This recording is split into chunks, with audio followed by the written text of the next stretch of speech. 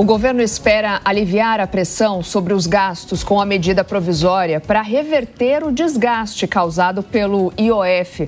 Mas os novos aumentos de impostos previstos na proposta preocupam o setor empresarial. A reportagem é de Matheus Dias. As medidas de redução de gastos contidas na medida provisória divulgada nesta quarta-feira levarão a uma economia de 4,3 bilhões em 2025. Segundo o Ministério da Fazenda, as mudanças nas regras do seguro-defeso pago a pescadores gerará uma redução de despesas de 1,6 bilhão. A limitação orçamentária na compensação previdenciária economizará mais 1,5 bilhão.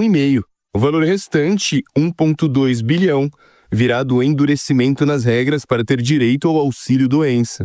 A medida também cria um teto para compensação financeira, que a União paga a estados e municípios pela incorporação de tempo de contribuição de servidores públicos ao regime geral da Previdência Social.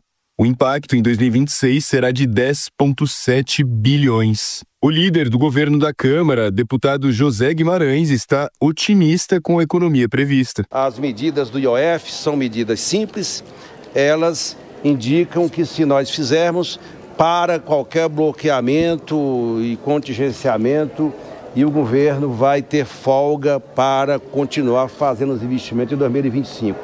E mais do que isso, não vai comprometer o déficit zero e nem vai comprometer as diretrizes do arcabouço. Entre as novidades estão a elevação da taxação das bets e das fintechs, além de aumento na taxação de LCI e LCA. E é justamente esse aumento de tributos que vem preocupando o setor produtivo. Tanto é que o índice que mede a confiança dos empresários do setor industrial caiu, sobretudo pela piora das expectativas quanto ao futuro da economia. Com o resultado, a indústria chega ao 6º mês consecutivo sem confiança, segundo afirma o gerente de análise econômica da CNI, Marcelo Azevedo. A expectativa não é de uma mudança de patamar de falta de confiança para a confiança na passagem de um mês para o outro. Marcelo Winter, consultor jurídico da Associação Brasileira do Agronegócio, avalia que o eventual aumento de custos com essas novas taxações poderá ser sentido pelo consumidor. Se essa medida provisória, não for rejeitada, a partir de 2026, a princípio, tende a encarecer o custo do capital, consequentemente reduzir os investimentos do setor produtivo, potencialmente reduzir produção e, por fim, encarecer produtos, encarecer alimentos, que é tudo que o agronegócio não precisa, que a população não precisa, e ainda mais no momento de alta de inflação. O economista Ricardo Rodil defende o mesmo ponto. Rodil enxerga as medidas como arriscadas, tanto para o agro quanto para o setor imobiliário. O agro primeiro, é muito importante para alimentos e para exportação. Segundo, o setor imobiliário é o setor que facilmente mais emprega nesse país. Então, são coisas que podem ser um tiro no pé, certo? Se você empurrar ou apertar o setor imobiliário, pode ter efeito no emprego.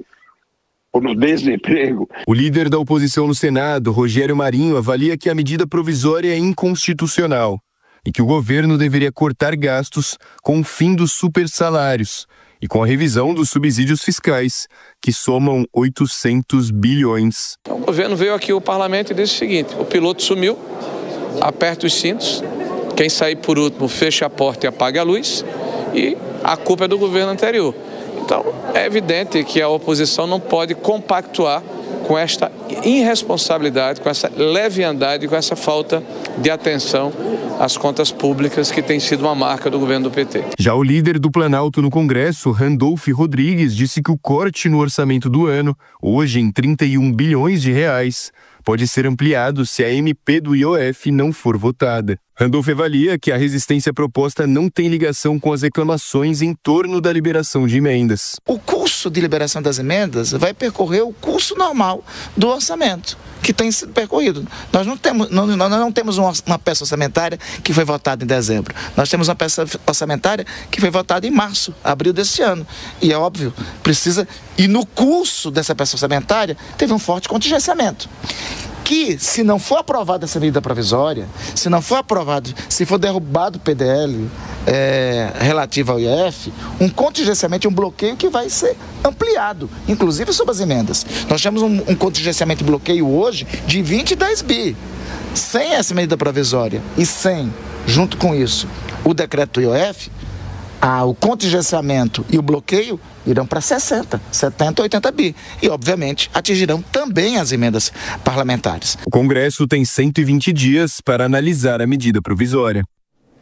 Vamos ouvir a análise dos nossos comentaristas aqui no Jornal da Manhã, começando por você, Cristiano Vilela.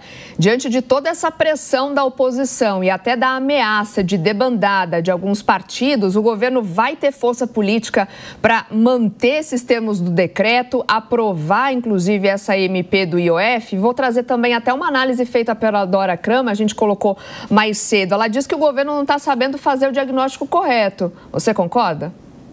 Concordo totalmente, viu, Soraya? O governo tem apresentado aí uma grave miopia em entender o funcionamento da visão do parlamento, o funcionamento de visões distintas às suas. E esse eu vejo que é o grande problema do governo. O governo ele toma as suas decisões, estabelece as suas medidas, especialmente em temas caros, temas importantes como esse, envolvendo a economia de uma forma geral, e busca depois, de alguma forma, forçar que o parlamento, que outros grupos políticos venham a referendar essa medida, coisa que me parece absolutamente equivocado.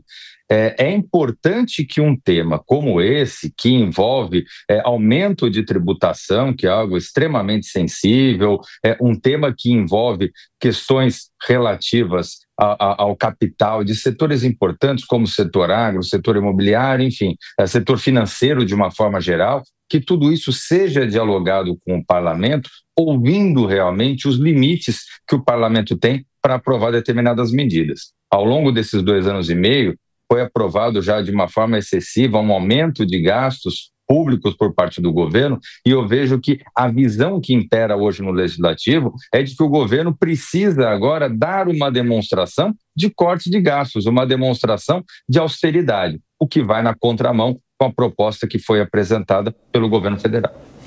Deise, queria te ouvir nesse mesmo assunto. A gente tem focado muito na questão econômica. Agora, quando a gente fala de negociação com o Congresso, falta também a articulação aí por parte do governo, lembrando que a comunicação já foi muito criticada. E a articulação também não deveria aparecer?